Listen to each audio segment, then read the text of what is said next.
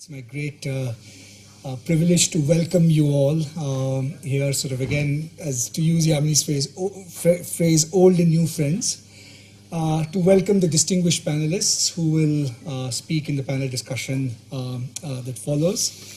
And sort of most pertinently at this moment, to welcome Shashi Tharoor, Minister of State for HRD.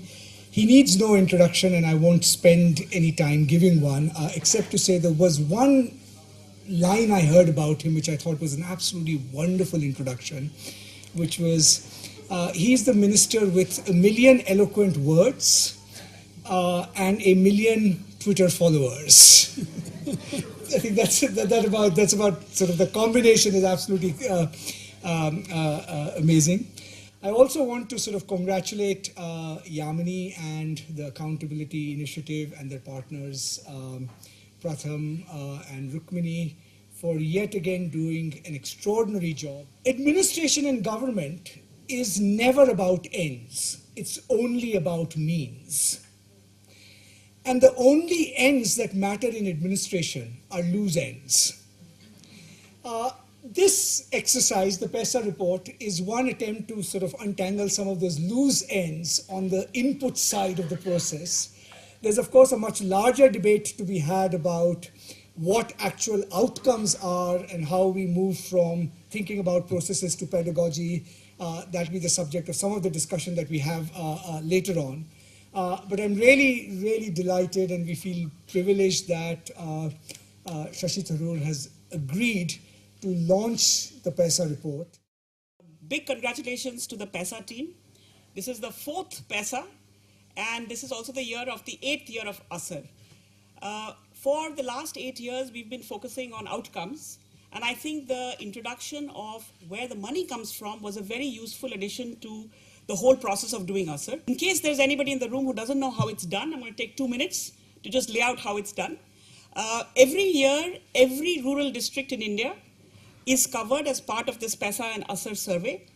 30 villages are randomly selected, and the teams go into these villages, and they also visit in every village one government school. The outcome assessment is done in the household. Can children read? Do they go to school? Can they do arithmetic? That is actually done in the household.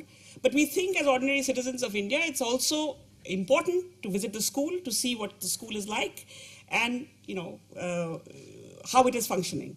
And as a result, I was trying to calculate, every year about 25,000 people are involved in doing ASER. Out of those 25,000 people, everybody is taught what grants go to school. And so over 4 years, Yamini, you've reached 1 lakh people. Maybe nobody else in India knows how many grants go to school, but at least this 1 lakh people certainly do. 575 organizations also understand this. And I think for us, one of the big realizations was school after school, when you went and started asking about these things, often people in the school, leave alone in the community outside, didn't really know how much is supposed to come and what you can use it for. And remember that what goes to the school is a very small fraction of the money that is spent on behalf of the school, about which people know even less. So as citizens of India, your and our money is used to run these schools. I think it's really important that we should find out.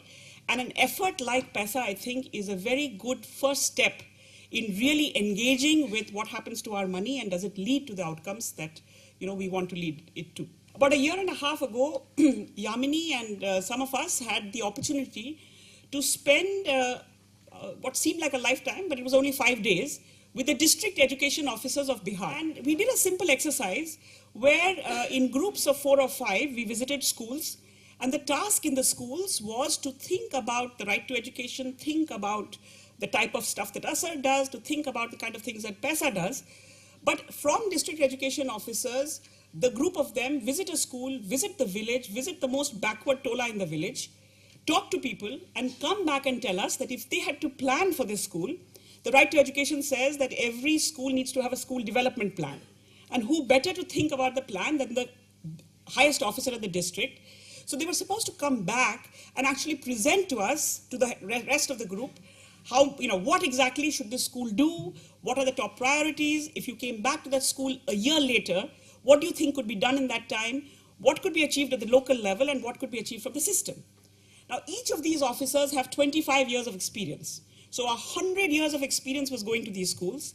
And each of these people also handled something like, rough calculation, 100 crore rupees, right? 4,000 crores is roughly that year's budget of.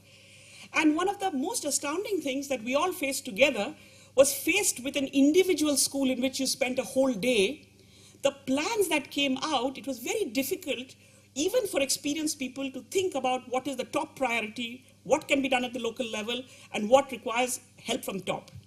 And so every time these 5-year plans are released in India, I really wonder that if we are having so much difficulty to plan for a school, how is it that for 12 times we've planned for the whole country?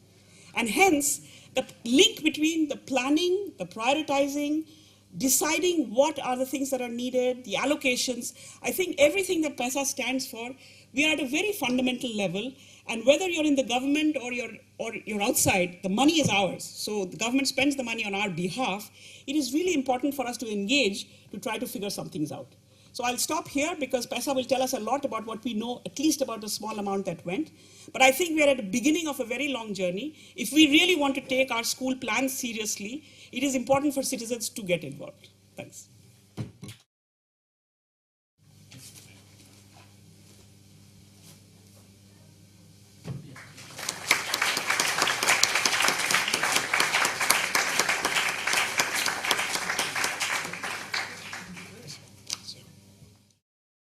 It really is a pleasure to be here to launch the 2012 PAISA National Survey Report.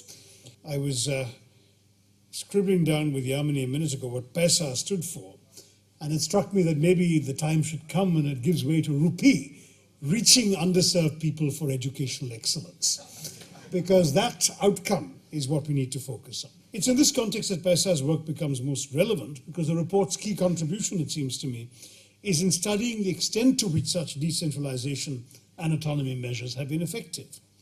The results may throw light on what one may call the current paradox of primary education in India.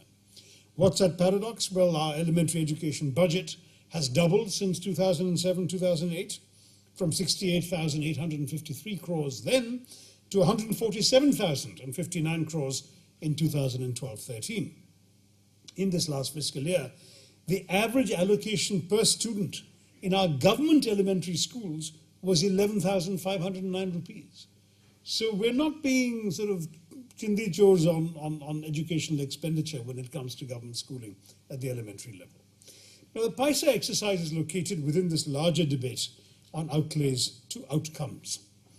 Using planning and budgeting systems as the entry point, it's an attempt to build an empirical understanding of current governance processes at the grassroots to push for a larger debate on state capacity and administrative capability for building an education delivery mechanism that's focused on outcomes. The Government of India and my ministry, the Ministry of HRD, welcome such efforts. We're aware that in many areas, data available are sparse, and I really join Rukmini in expressing applause and admiration for these volunteers who've gone out and met a lack of people in compiling this report. So such studies will go a long way in improving our understanding of the challenges faced by schools on the ground. And I must say, we're not too thin-skinned about criticism, despite what I said about the ASER conclusions.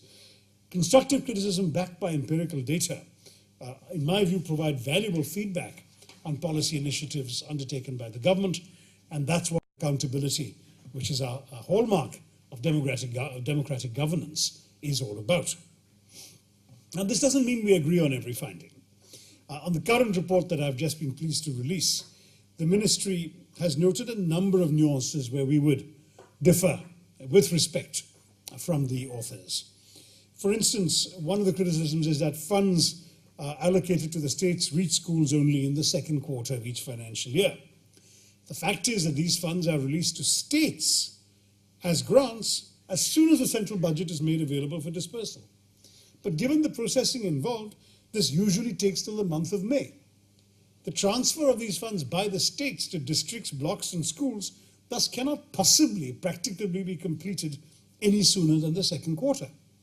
It is worth noting also that the system is designed to permit schools to retain unused money from previous years as an opening balance in their account, which can tide them over that first quarter, and that provides a buffer against delayed release of grants, if any. And this is without taking into account that the academic year for schools begin in different months in different states and are not necessarily in sync with the budget year. Similarly, there's a comment which Yamini made when she presented this to me, that maintenance grants are being spent liberally on whitewashing to the exclusion of more relevant measures in schools. But you see, these grants are actually quite small. They're up to 5,000 rupees for a school with 3 rooms, 10,000 rupees for a school with more than 3 rooms.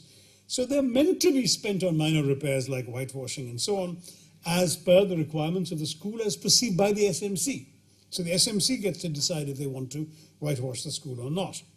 Similarly, the grants for the replenishment of consumables, play materials, sporting equipment is 5,000 rupees for primary schools and 7,000 rupees for upper primary schools. So more significant expenditures on structural repairs or major procurements fall under separate heads of expenditure, such as public works, which then, of course, involve a role also for the block, the district, or even the state authorities. The crucial challenge for all such advocacy efforts is how to develop a demonstrable linkage between authority for resource allocation, outcomes at the ground level, and the responsibility for ensuring and then monitoring these outcomes. When it comes to allocation of funding for SSA measures, this is mostly at the level of state governments. It is not coincidental that learning outcomes in India, when studied on a state-by-state basis, tend to correlate with the funding allocated by each state over and above the central funds received for education, and with the ability and willingness of various states to adopt innovations, best practices, and targeted reforms. I've actually looked at the figures, and there are some states which actually give something like 80% of the central allocation themselves. So the result is almost a doubling of the amount of money allocated for SSA. And there are some states which barely give 10% more, and some states that hardly give anything at all more. And that does have an impact. At the same time, given our primary role in disbursing funds for many of these initiatives, we ourselves in the ministry are pleased to be a powerful center of advocacy for innovations, practices, and reforms. And frankly, that's why I'm here. I am, and we are open to such initiatives. I got Yamini to come in and do a presentation to all our top officials in this area. We want to be receptive to the hard work that you're all doing outside the governmental sector so that we in turn can benefit from your insights and efforts. In the last 10 years, the primary education sector in India has at least overcome the structural paucity of resources. Having made adequate resources available, the challenge now for all stakeholders, and not just the government, is to ensure that these resources are utilized in ways that help us attain the intended outcome. The PAISA report holds an important mirror to our efforts, but as with all mirrors, it can't necessarily show the totality of all things. We will certainly examine it with the seriousness it deserves, and we will heed its important lesson, which is that we must strive for continuous improvement in our efforts to improve our school system and get PAISA to that rupee. Thank you all very, very much. Jai Hind.